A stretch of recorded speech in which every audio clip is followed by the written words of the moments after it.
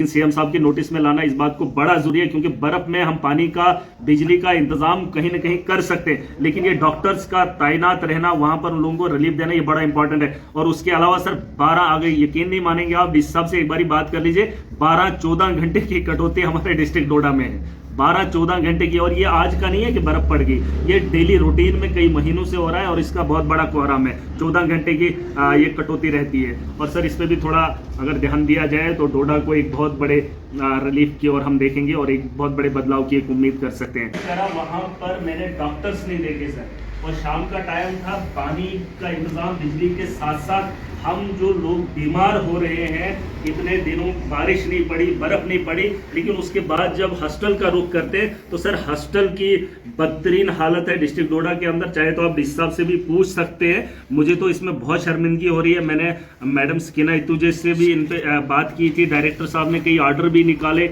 उनको फॉलो नहीं किया जा रहा है, उसमें वर्कआउट नहीं किया जा रहा है। हेल्थ के निज़ाम में सर यहाँ पर बहुत कमी देखने को मिल रही है। और मैं आपके नोटिस में लाना चाहूँगा, कल का जो विजिट हुआ और शाम के टाइम जहाँ लोगों की भीड़ थी, लोग दूर दराज इलाकों से आते थे, वहाँ पर उनका वो न रहना, सर ये एक बहुत बड़ा सवालिया निशान रहता है। और मैं इस हिसाब से भी उम्मीद करूंगा इस पे काम किया जाए। मैंने चिट्ठी भी लिखी है और सर की नोटिस में शायद पहले भी लाया। और सर दूसरी बात, एम्बुलेंस यहाँ हमारी एक जगह गई थी, तो 4x4 का रहना यहाँ हमारे हिली एरियाज में, क्योंकि आप कश्मीर देखेंगे तो मैदानी इलाका है, गुलमर्ग या दूसरी जगह होगी तो वहाँ थोड़ा हिली एरिया, उससे ज़्यादा हिली एरिया हमारा डिस्ट्रिक्ट है। और यहाँ पर इन हालात में अगर बर्फ़ ज़्यादा गिरी, चलो ये तो अच्छी बात होगी बर्फ़ गिरे, लेकिन जो हमारे रास्ते हैं वो क्लियर हों और उसके बाद जो रास्तों पे गाड़ी चले उसमें 4x4 एम्बुलेंस का होना बड़ा इंपॉर्टेंट है सर। इस पे भी थोड़ा नज़र रखी जाए, क्योंकि कल हमारी एक एम्बुलेंस गई थी, लेकिन वो बीमार को ना ला पाई, खुद ही जो है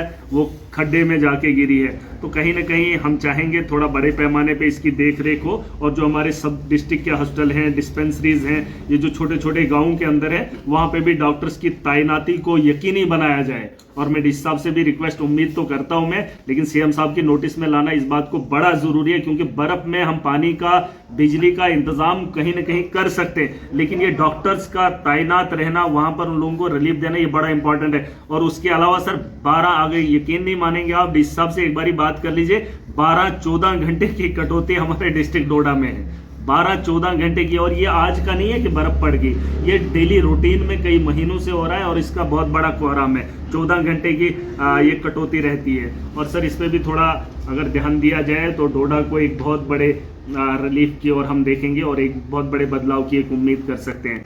बाकी आप सबको मुबारक सर, आप लोगों से मौका मिला, ये तो हमारी खुशकिस्मती है कि आप लोगों से रूबरू बात कर रहे हैं, और पूरे जम्मू कश्मीर का डिस्ट्रिक्ट एडमिनिस्ट्रेशन है और आप भी इसका एक हमारे सरबराह हैं, तो मुझे उम्मीद है इन पे काम किया जाए। Thank you sir. शुक्रिया। Okay, thank you.